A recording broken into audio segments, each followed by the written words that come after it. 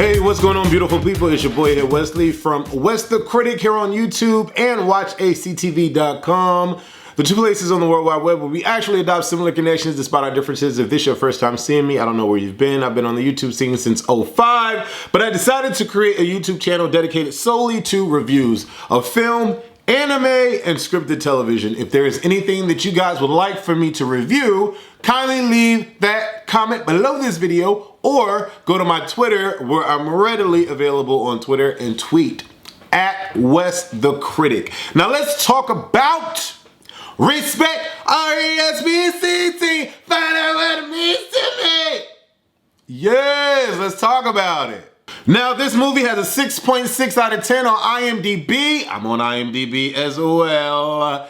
A 66 or 68% Rotten Tomato score. And a 4 out of 5 from Movie Insider. What is this movie about? Following the rise of Aretha Franklin's career from a child singing in her father's church choir to her international superstardom is the remarkable true story of the music icon's journey to find her voice. Release date August 13, 2021. The director is Tommy Liesel, or Liesel Tommy. Starring Jennifer Hudson, Forest Whitaker, Marlon Wayans, Audra McDonald, Mark Maron, blah, blah, blah, blah, blah, and Mary J. Blige. Shout out to Titus Burgess. I think he did a great job in this film.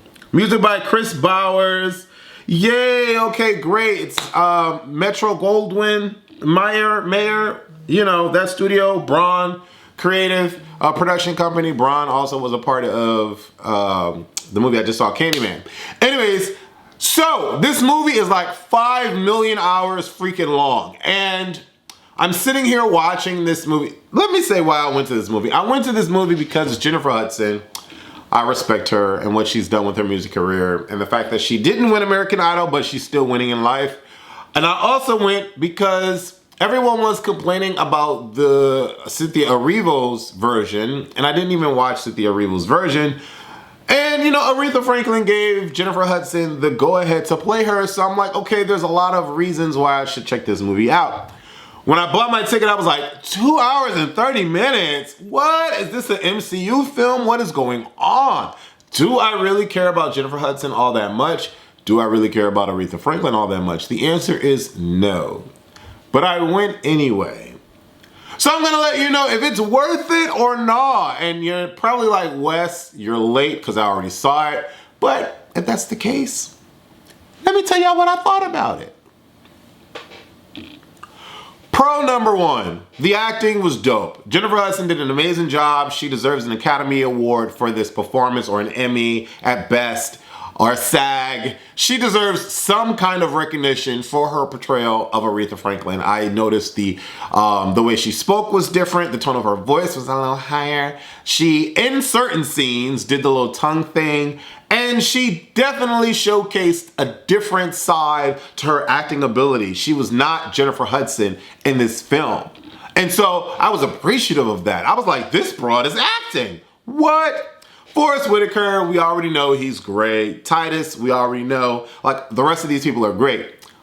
Marlon Wayans, I wasn't really sold on it. I felt watching it, not even knowing or realizing who he was playing, which that shouldn't matter, because if you're a good actor, you should just like pull me in. I wasn't pulled into his portrayal of whoever the hell he was playing. Like, maybe he acted as the person, like the person did, maybe, I don't know. But whatever he was doing, I just wasn't sold on it. I just wasn't. Marlon Wayans is a cool actor, though. I just wasn't sold on this performance. But all in all, pro number one, the acting is great.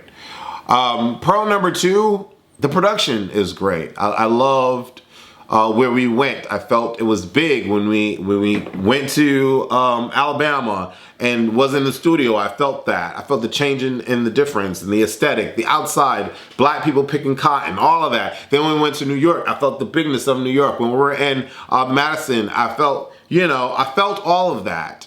The time period was great. In my mind, I'm like, dang, these people were wealthy back in the day. Like, we still have black people picking cotton. These people are living lavishly, you know? Wow, okay, Aretha's from this kind of life. She was never broke.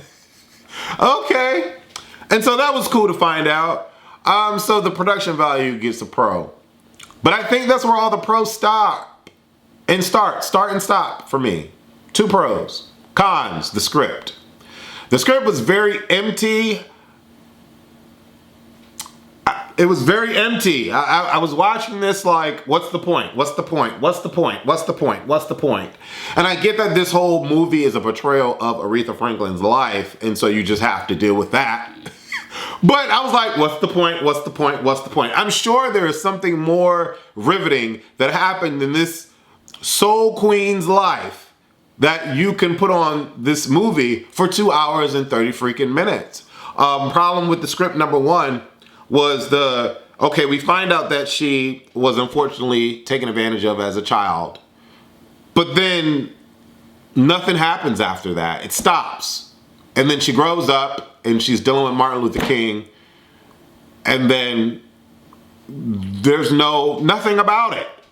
And then we get a little flashback of her being pregnant at that age. And I'm thinking to myself, well, how old is she now? Okay, we find out that she was 25.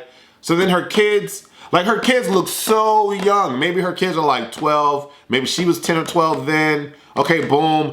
I guess, but it was so much of a disconnect with me with not understanding the weight and the severity of what happening to her as a child meant through the rest of her life. Because she just grows up and then she's singing and then with Martin Luther King, and then now we're getting a record deal because her father is nice. It was just, I was getting a headache. I'm getting a headache now.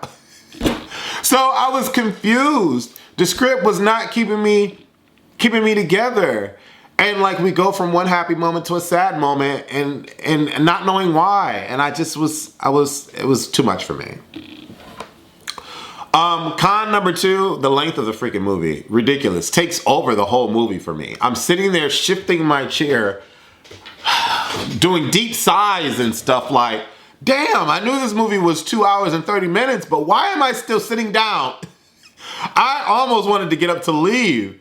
That's how much the story did not keep me captivated enough to sit in my freaking chair for 2 hours and 30 minutes to watch Jennifer Hudson go from happy to screaming at her family drunk to now her natural hair is nappy looking and she's acting like she's an addict. How did we get here? How did we get here? The script didn't show me how we were gonna get here. I tried to follow it since the beginning. The best part of this movie was when she was a kid. Oh my God, is that horrible to say? That's horrible to say. I don't know. Con number 3, is there a con number 3? I didn't care about her story and transition. I didn't. And I wonder if Cynthia Erivo's version was better. I just didn't care. I didn't care. Nothing made me care. Nothing made me care about this movie. And I only cared about Aretha when she was a kid. I only cared about Aretha when she was a kid. When she grew up, I did not care about her.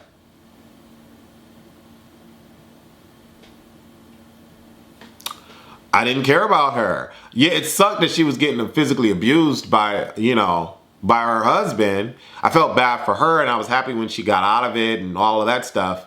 But like, I just didn't care. Because in a flip of a scene, she's yelling at her family. How did we get here? How did we get here? And that's just a testament to the script, because if I missed how we got there, clearly I was tuned out.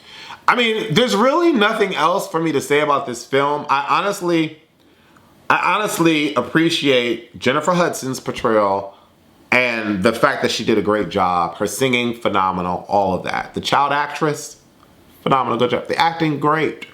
But the script, the direction, the length of the film, and then the ending.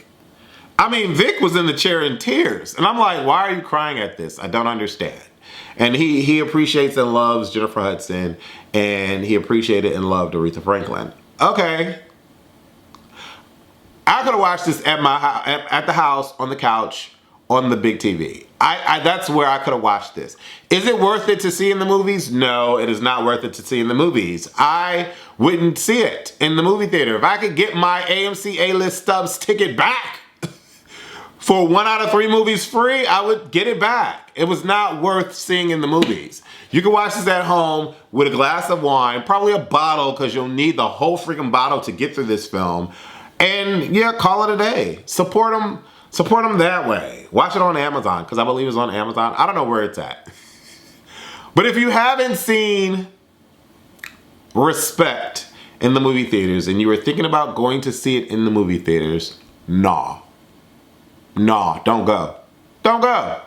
If you want to watch a long film with an actress that you can respect and a musician that you can respect by the name of Jennifer Hudson, and if you loved Aretha Franklin stuff back in the day, then check it out on your television. I'm Wes the Critic. Hopefully you vibe with my reviews. I need y'all to do me a favor, click that thumbs up button so more of my videos can be seen. And I'm going to see Shang-Chi tonight, baby. I know I'm late.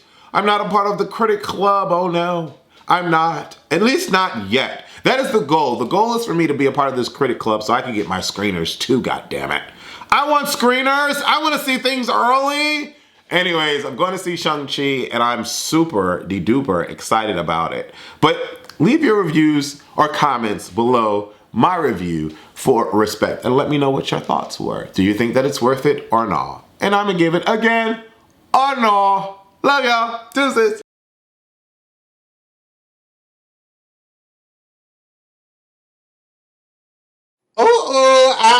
I know. You're not about to think about not subscribing to aconnectiontv.com. Copyrighted.